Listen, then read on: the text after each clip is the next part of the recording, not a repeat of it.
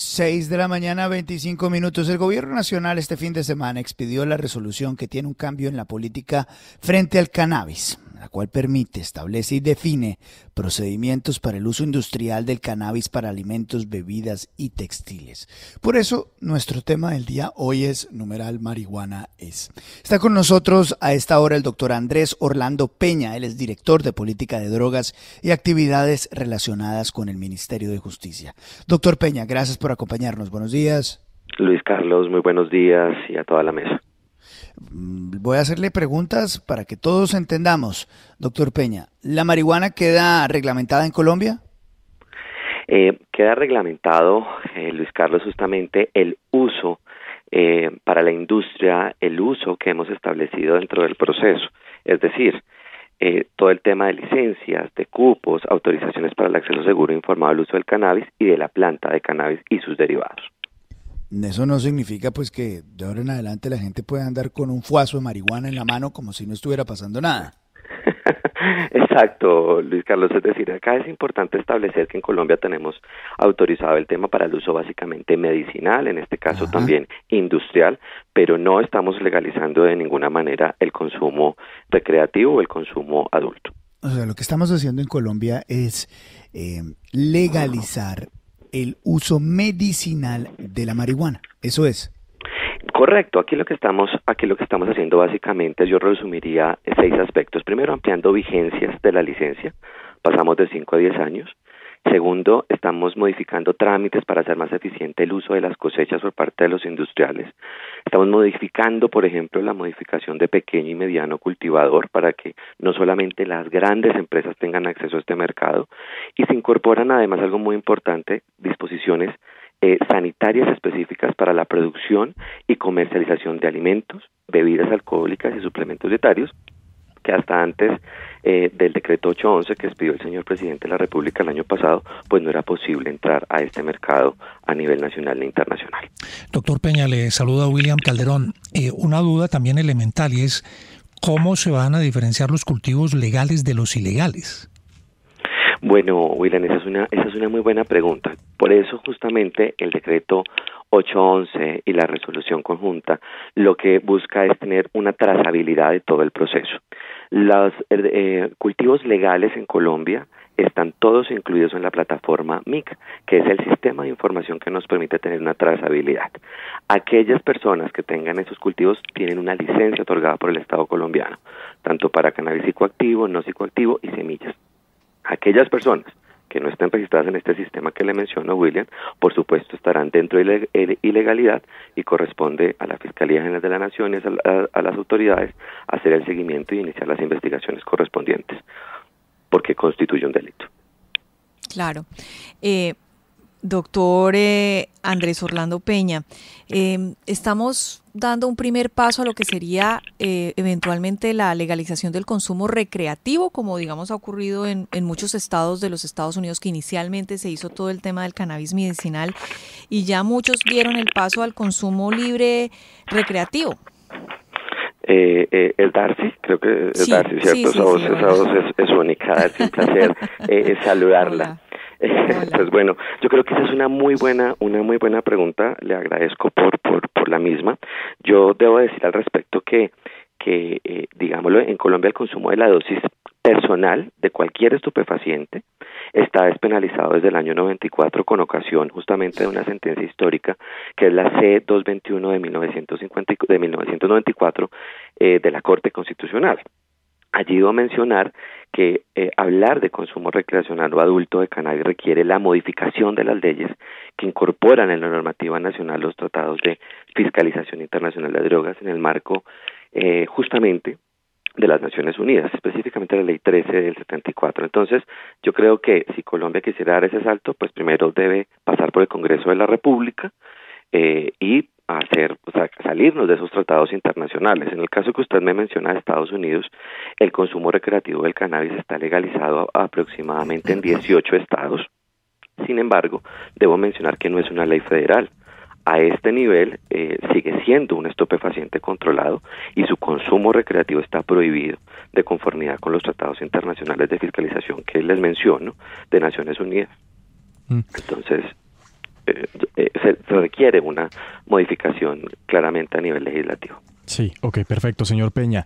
¿Cuál es la modificación que en la práctica le va a permitir a los pequeños empresarios tener la posibilidad de competir con los grandes industriales que van a empezar a vender sus productos en Colombia o en el exterior?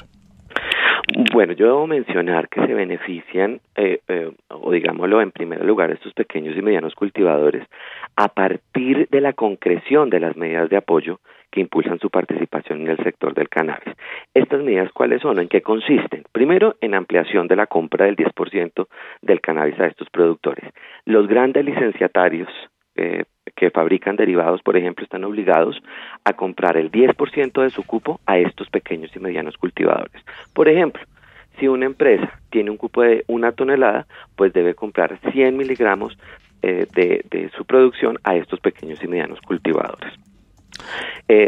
También debo mencionar que se establecen 8 mecanismos para lograr la transferencia y tecnología y asistencia técnica, incorporando actividades concretas de asesoría, consultoría y capacitación. Es decir, las grandes empresas deben asesorar a los pequeños, hacer transferencia tecnológica, y esto hace que sean más competitivos y que eventualmente puedan ingresar no solamente al mercado nacional, sino al mercado internacional. Doctor Peña, ahora visto desde el lado de los consumidores, es decir, personas que, por ejemplo, quieren acceder a un medicamento X o Y para el dolor a base de marihuana medicinal, ¿qué recomendaciones hay desde su despacho de cómo debe ser la compra, la adquisición de esos productos? ¿Qué les recomienda? Pues esa es una excelente pregunta, William, porque la idea es que los colombianos y a nivel internacional cuenten con productos que cuenten con la calidad suficiente. Hay mucha gente que está vendiendo en este momento en las calles elementos que tienen cannabis que no son legales y que requieren, por supuesto, todos los registros del INVIMA, contar con todo el etiquetado. Esto es todo un proceso. Entonces, en materia del dolor, pues requiere ser además recetado por un médico. Entonces, no son solamente productos que digan que tengan cannabis, sino que tengan las condiciones técnicas fitosanitarias, permisos del INVIMA para que sean consumidos.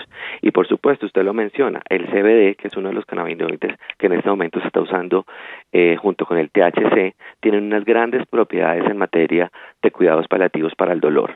Colombia utiliza no solamente los derivados para llevarlos a la industria farmacéutica en Alemania y en Europa para este propósito, sino ya en Colombia se están consiguiendo. Entonces, mi recomendación es, primero, que sea prescrito por un médico, cada caso en particular es diferente, y segundo, que ese producto que se consume tenga todas las condiciones y etiquetados del INVIMA. Uno de los problemas a los que se enfrentan los emprendedores y las personas que se están metiendo en este negocio, básicamente como en las regiones más de este índice, gran parte del departamento de Antioquia, una buena parte del departamento del Cauca, tiene que ver con su acceso al sistema financiero. Todavía los emprendedores de estos negocios, incluso las grandes firmas canadienses, tienen problemas con el dinero y la trazabilidad que se le hace a un dinero que pues otrora era derivado de una actividad ilícita. ¿Ya avanzaron con la Superintendencia Financiera y con el sistema financiero para hacer que las cuentas sean legales? Gracias por esta pregunta. Creo que es muy importante mencionarle al país 2 cosas. Primero, en efecto, los cultivos se concentran principalmente en Cundinamarca y en Antioquia, Valle del Cauca, Tolima y Boyacá. En estos lugares, y como en el resto del país, lo que ha pedido la Superintendencia Financiera es justamente que tenga acceso a información de cuáles son esos licenciatarios que están llegando a este proceso.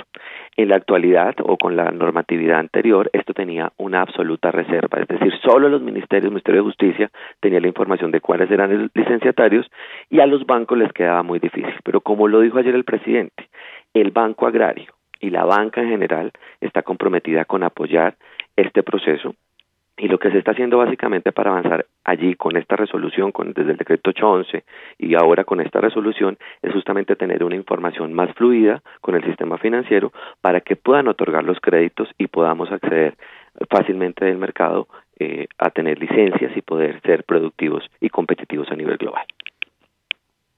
Doctor Peña, buenos días, lo saluda Juan Lozano. ¿Con las comunidades indígenas hay algo previsto de manera especial o particular? Doctor Juan, es un placer para mí saludarlo. Esa es una excelente pregunta. En las comunidades étnicas ya tenemos una licenciada justamente en el Cauca.